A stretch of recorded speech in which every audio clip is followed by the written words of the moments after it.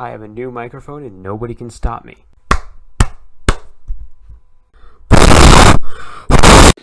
May 19th, 2019. I have visited the Hocking Valley Scenic Railroad.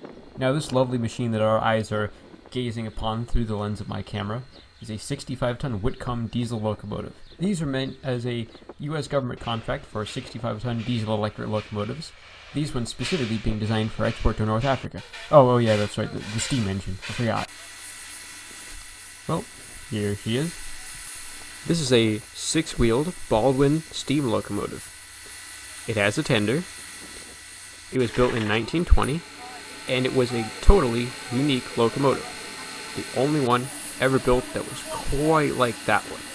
We'll get into that later. It is very excited today. My little camera's microphone just can't quite convey how loud this was. It was kind of like...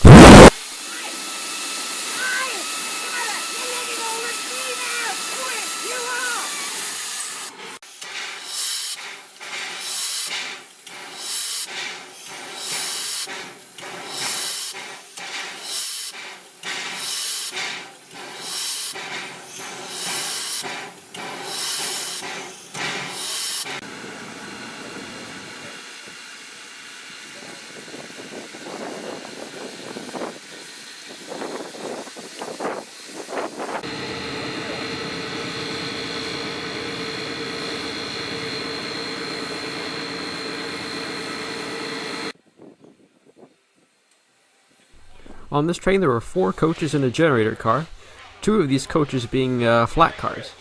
They weren't very well sprung, but that was kind of the whole fun part of them, was riding in cars never intended for passengers. Well, there's a staircase and a half. Family lines. Here we see a gathering of cabiskis. I don't know why caboose is the plural of caboose, but I can't think of a better word.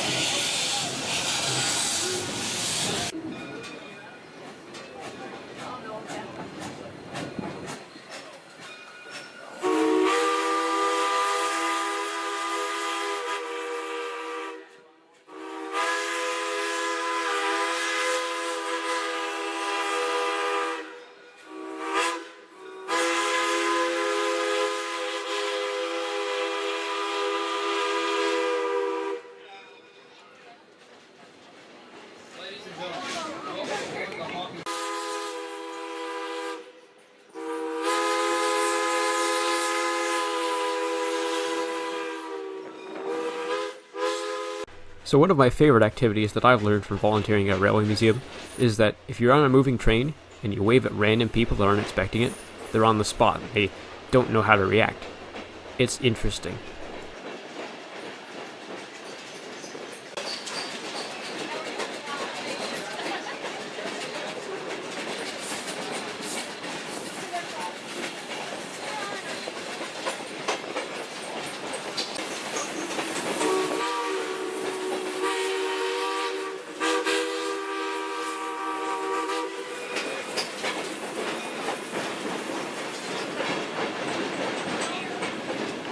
You might have noticed that in some of these earlier scenes, the firemen had a very roaring fire going.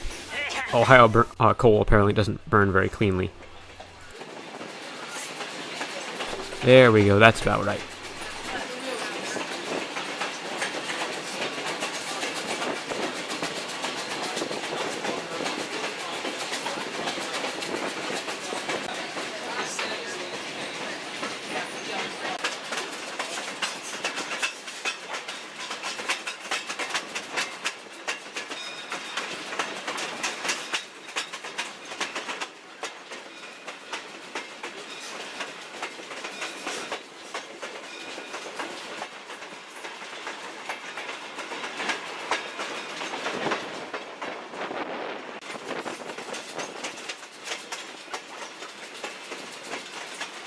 I was actually really impressed with our firemen for the journey. Considering that Ohio coal isn't the best, I think he managed to keep the soot down pretty well. Although I somehow managed to get some soot on the inside of my glasses. There we are over the Chocolate River.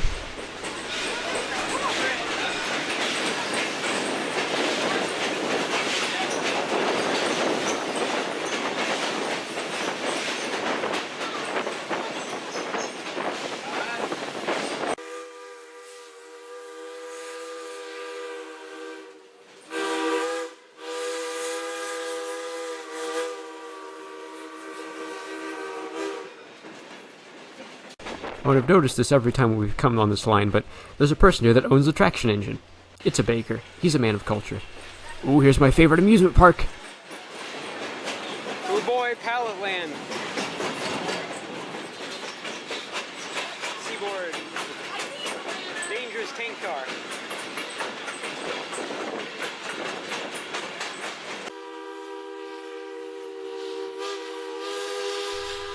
There was nobody in this truck.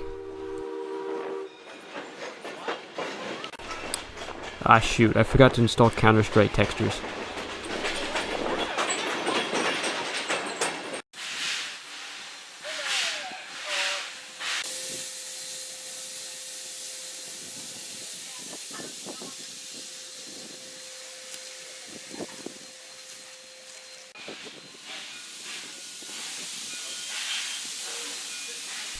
It was at this point in our railway adventure that we took a brief pause so that the train could give us a chance to film from the outside.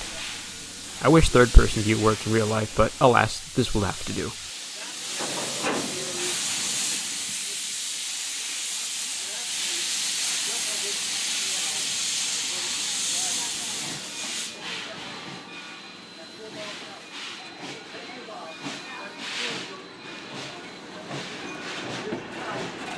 So, that was Kid Friction's heavy hand, locking up them old-style friction bearings.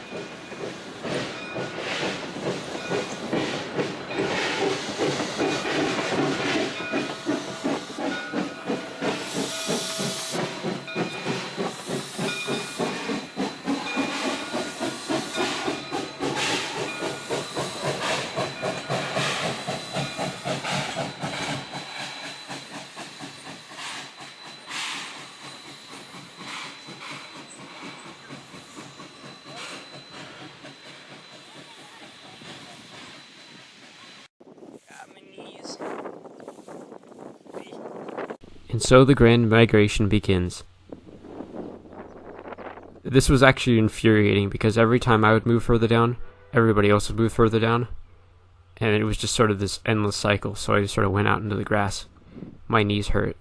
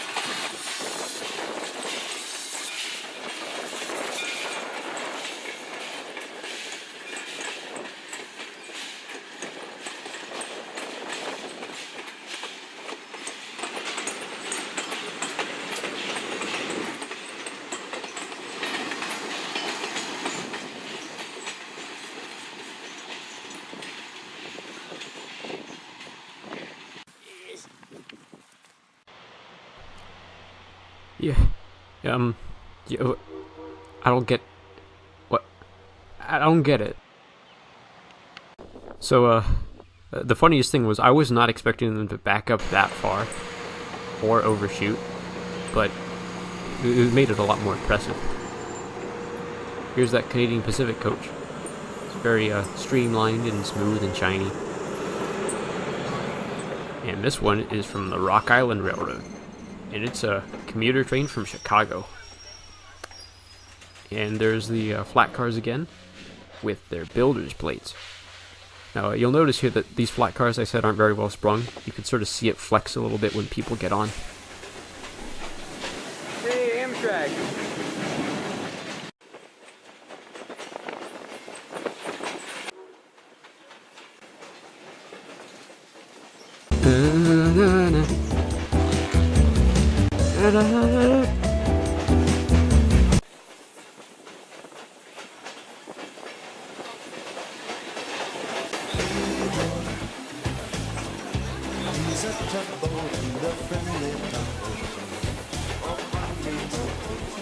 One way or another, I'm gonna find you.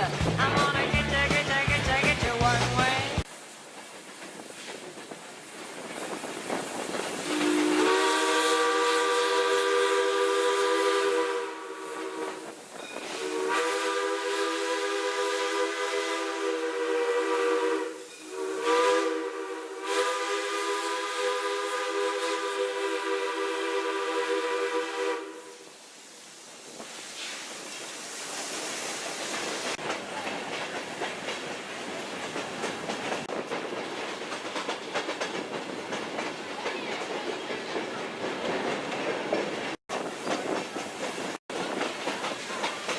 What is it? Don't look now, but there's another train coming. Oh!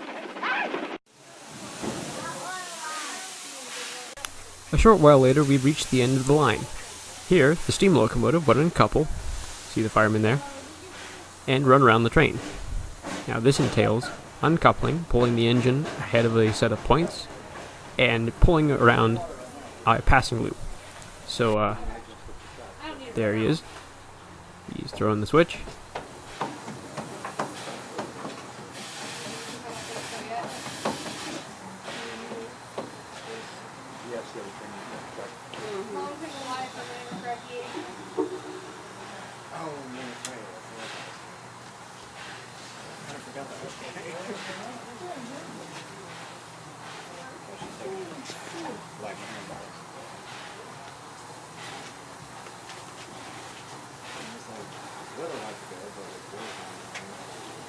I was not driving in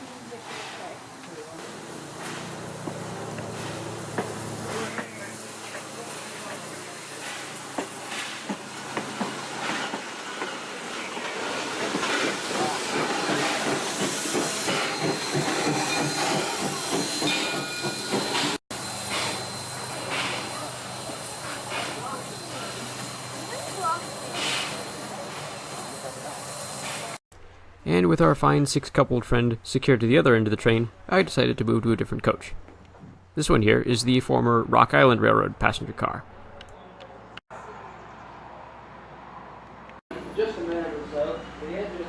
Those French people.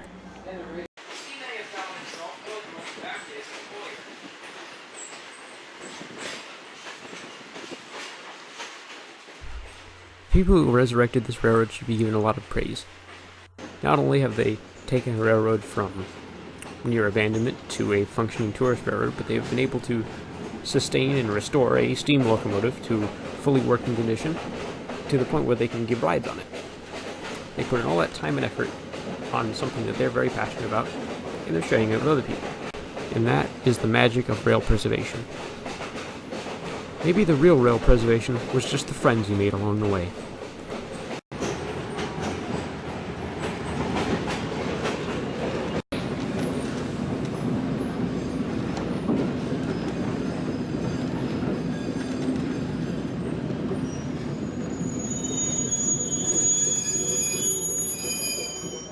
Ow.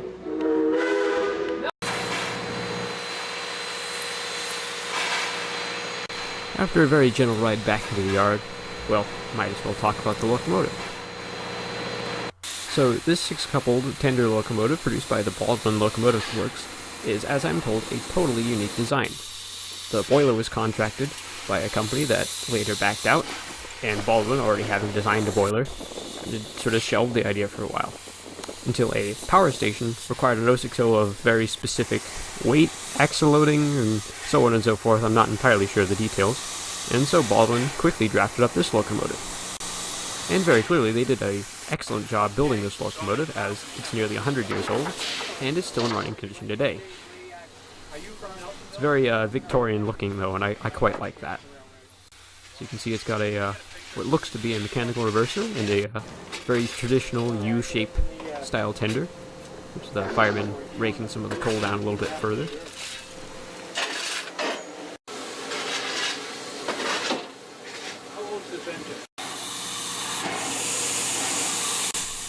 The Hocking Valley have taken great care of this locomotive, and in order to make sure it stays in this tip-top operating condition, they've given it a chance to run over into the engine house real quick, get a quick servicing and inspection, get all the plane bearings oiled and water topped up, all the things in the steam locomotive needs to stay happy throughout the day. Because locomotives of any kind can be mean if they want to.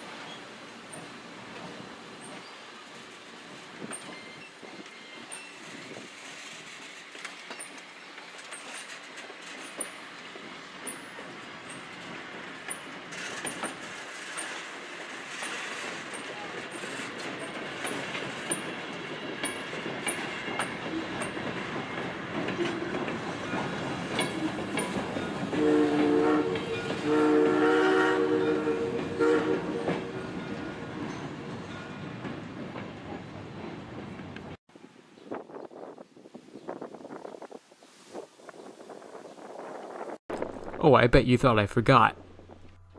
So, these locomotives I think are really neat. So, as I said, the Army, they want 65-ton diesel-electric locomotives. The one that General Electric submits is what I and many people that follow this channel know as Roger. This is Roger but shorter. So this can be used in the loading gauges of North African railways and some places in Europe. Now, the main reason that the United States Army was such a pioneer of using diesel locomotives was that, well, if you think of most any other Army vehicle, especially around then, they would have ran on either petrol or some diesel. It was kind of a weird mix, but either way, it's liquid fuel. You can ship it around, and the U.S. Army is all about oil reserves and whatnot. And so they sent all these weird locomotives. I mean, just look at them. Look at this, just sort of like it's this weird sort of triangle-shaped thing. Like the whole thing is just weird angles meeting up. It doesn't make sense, but I love it. Although apparently nobody else did, because here in the United States, the GE version was way more common because they I guess they could flex that production capability, and then also the HK Porter company kind of copied the GE one, and then this one just sort of became its own little thing, and then nobody else wanted it, and so yeah. Oh, by the way,